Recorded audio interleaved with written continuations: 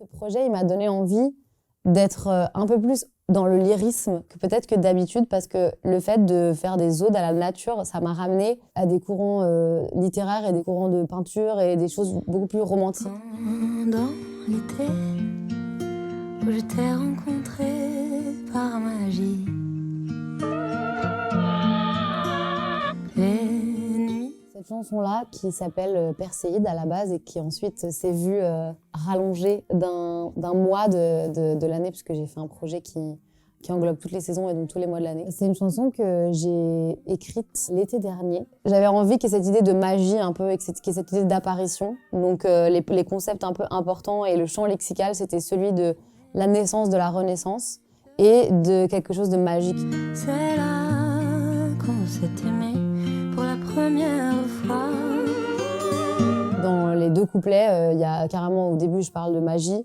Et puis, je parle de secret. Enfin, il y avait cette idée d'ouvrir sur quelque chose d'un petit peu plus fantastique. Parce que je pense que dans ce que je voulais décrire de la rencontre, et d'une rencontre amoureuse qui est inattendue, il y a à la fois cet aspect où on a l'impression de pouvoir se réinventer, et en même temps aussi cette espèce de magie où quand on s'y attend pas, on se dit mais il y a une espèce d'alignement, c'est un peu comme un sortilège de rencontrer quelqu'un sans s'y attendre et de tomber amoureux. On a beaucoup d'histoires sacrées ou mythiques fondées sur la résurrection. On a la résurrection de Jésus et dans la mythologie grecque et latine, on a beaucoup de figures de héros qui vont aller aux enfers, qui vont défier la mort. Et on peut penser avec le titre de la chanson Perséide à Persée. Perséide, qu'est-ce que c'est ? C'est un phénomène physique spectaculaire de météores, mais ça peut aussi nous faire penser à ce nom d'un héros grec, Persée, le fils de Zeus, qui va défier la mort. Il va défier un monstre qui s'appelle Méduse, qui a des cheveux de serpent et un regard qui vous transforme en pierre.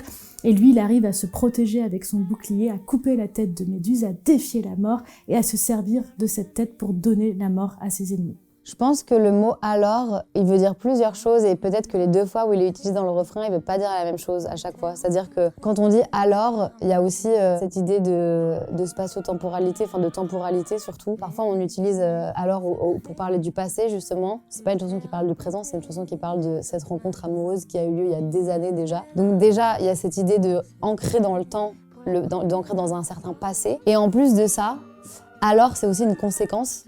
C'est voilà, il se passe quelque chose, alors il se passe un autre truc. Et le fait de rencontrer cette personne et de transformer ça en chanson. Quand je dis alors je suis née encore, il y a vraiment cette idée de deuxième naissance qui est à la fois ancrée dans le temps, avec le alors temporel, et à la fois ancrée dans l'idée de la conséquence d'une rencontre et ce que ça provoque comme émotion, ce que ça provoque comme changement dans la vie. Donc je pense que les deux n'ont pas exactement la même signification et sont en même temps, ils peuvent être inversés.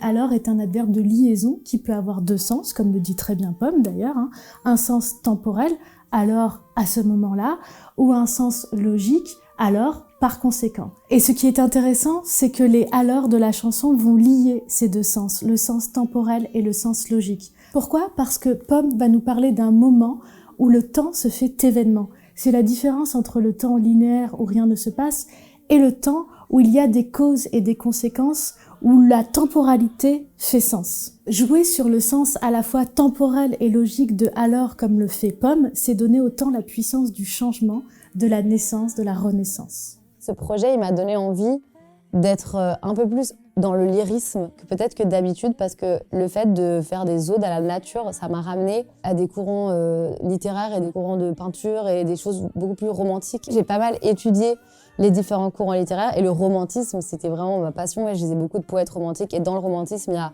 ce truc de célébrer la nature et de personnifier la nature comme si c'était un humain ou une humaine. Et le ciel se faisait paradis.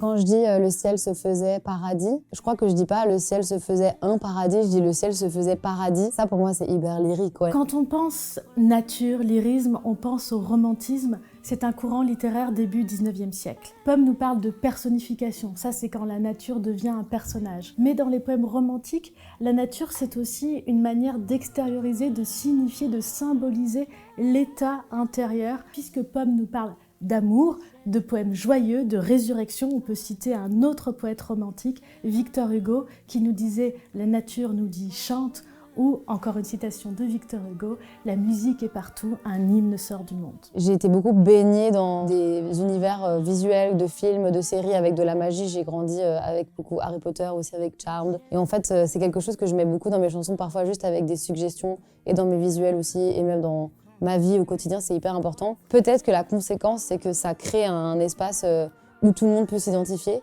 parce que quand on parle de magie, quand on parle de choses merveilleuses et de fantastiques, tout le monde plus ou moins a un endroit où ça résonne.